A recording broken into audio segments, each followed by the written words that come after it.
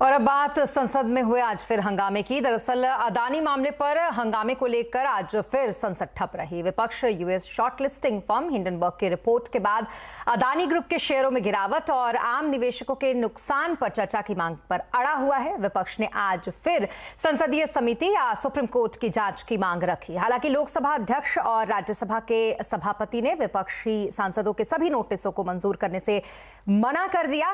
तो वहीं आज सरकार इस पूरे मामले में विपक्ष पर भी हमलावर दिखी। संसदीय कार्यमंत्री प्रहलाद जोशी ने दो टूक कह दिया कि अदानी और हिंडनबर्ग मामले से सरकार का कोई लेना देना नहीं है और विपक्ष बेवजह बहाने बनाकर हंगामे कर रहा है और चर्चा से बच रहा है। लेना देना कुछ नहीं है, there is absolutely no connection and राष्ट्रपति का अभिभाषण का चर्चा प्रायोरिटी रहता है। चर्चा शुरू करने के लिए जा रहे हैं तो उनके पास कुछ मुद्दा नहीं है। में आखिर आज क्या हुआ ये बता रहे हैं हमारे ब्यूरो चीफ लक्ष्मण जी। मेरे पीछे जो सांसद दिख रहे हैं वो अभी अभी सदन से बाहर निकले और कुछ देर पहले सदन से अंदर गए थे। ये सांसदों का सदन के अंदर जाना और फिर तुरंत बाहर निकल जाना, यही सिलसिला दिन भर चलता रहा क्योंकि सदन की कार्रवाई चल नहीं पा रही। वजह ये थी कि विपक्षी पार्टियां लगातार हंगामे कर रही हैं और हंगामे की वजह साफ है, वो है अदानी का मामला। विपक्षी पार्टी इस बात पे अड़ी है कि आप इस मुद्दे पर बहस कराइए और बहस कराने के साथ ही इसकी निष्पक्ष जांच कराइए। जांच दो तरीके से कराइए, या तो ज्वाइंट पार्लियामेंट्री कमेटी के जरिए कराइए या फिर सुप्रीम कोर्ट की निगरानी में जांच कराइए। लेकिन सरकार न तो विपक्ष की इस मांग को मानने को तैयार है, न तो बहस कराने को मान है। सरकार का साफ तौर से कहना है कि एक कंपनी का मामला है, इससे सरकार का कोई लेना देना नहीं। हालांकि विपक्ष को बैठे बैठाए एक अच्छा मुद्दा मिल गया है और 2024 के चुनाव को देखते हुए विपक्ष इस मुद्दे को हाथ से गंवाना नहीं चाहता। लेकिन अलग अलग सांसदों से बात करके संकेत मिल रहा है कि शायद हंगामा इसी हफ्ते तक चले और आज जैसे संसद सोमवार तक लिए स्थगित कर दिया गया है, तो सोमवार को जब संसद सत्र की शुरुआत होगी फिर से, तब शायद कुछ घंटे के डिस्ट्रप्शन के बाद, स्थगित के बाद दोबारा से संसदीय कार्रवाई सुचारू तरीके से चल पाए। और सबकी निगाहें इसी बात पर टिकी रहेंगी कि जब प्रधानमंत्री मोदी राष्ट्रपति के अभिभाषण पर अपना जवाब देते हैं तो उस वक्त यहाँ क्या नजारा रहता है। लक्ष्मण रॉय, दिल्ली। दरअसल इस पूरे मामले में विपक्ष काफी आक्रामक है। कांग्रेस अध्यक्ष मल्लिकार्जुन खड़गे ने विपक्षी दलों के नेताओं के साथ आज बैठक भी बुलाई थी। इस बैठक में विपक्ष की 16 पार्टियां शामिल हुई और सरकार को घेरने की रणनीति पर इस बैठक में चर्चा की गई। सभी विपक्षी नेता कह रहे हैं कि उनकी मांगों को अध्यक्ष ने नहीं माना है। इस शताब्दी के सबसे बड़े घोटाले,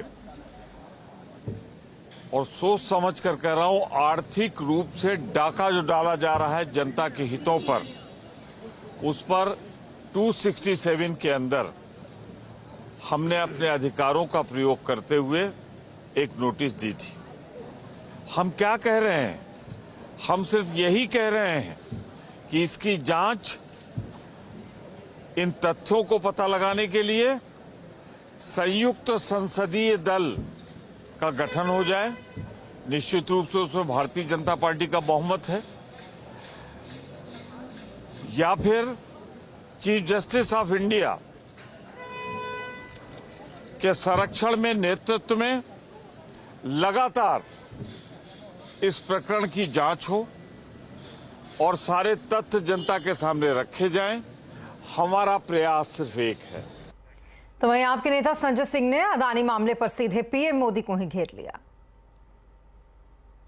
देखिए, ये जो पूरा घोटाला है, ये अडानी का घोटाला तो है ही, साथ साथ देश के प्रधानमंत्री नरेंद्र मोदी का घोटाला है।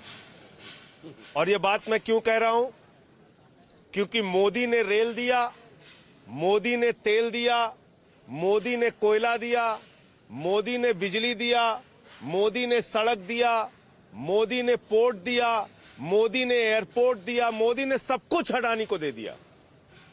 और मोदी का काला धन अडानी की कंपनी के माध्यम से, फर्जी कंपनियों के माध्यम से विदेशों से हिंदुस्तान में लगाया गया।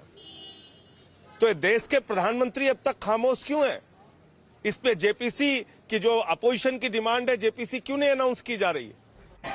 तो वहीं दूसरी तरफ आज अदानी मामला सुप्रीम कोर्ट भी पहुंच गया। वकील एमएल शर्मा ने एक जनहित याचिका दायर करके हिंडनबर्ग रिसर्च के खिलाफ जांच की मांग की।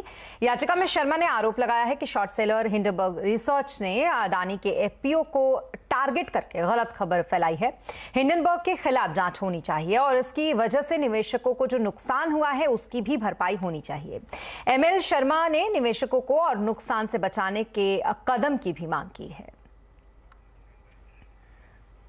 और अब बात करते हैं मार्केट की। आज बाजार 2 दिन की गिरावट के बाद बाउंस बैक करता हुआ दिखा। सेंसेक्स निफ्टी करीब 1.5% की बढ़त पर आज बंद हुए। निफ्टी बैंक 2% से ज्यादा की तेजी पर रहा। तो वहीं सेंसेक्स 910 पॉइंट चढ़कर 60,842 पर बंद हुआ और निफ्टी 244 पॉइंट चढ़कर 17,854 पर बंद हुआ। बैंकिंग, ऑटो, इंफ्रा शेयरों में खरीदारी रही। पीएसई, एफएमसीजी इंडेक्स बढ़त पर बंद हुए और एनर्जी, फार्मा, रियलिटी शेयरों में आज दबाव देखा गया। और यहां रुकेंगे एक छोटे से ब्रेक के लिए, लेकिन जल्द होंगे हाजिर। आप बने रहें हमारे साथ।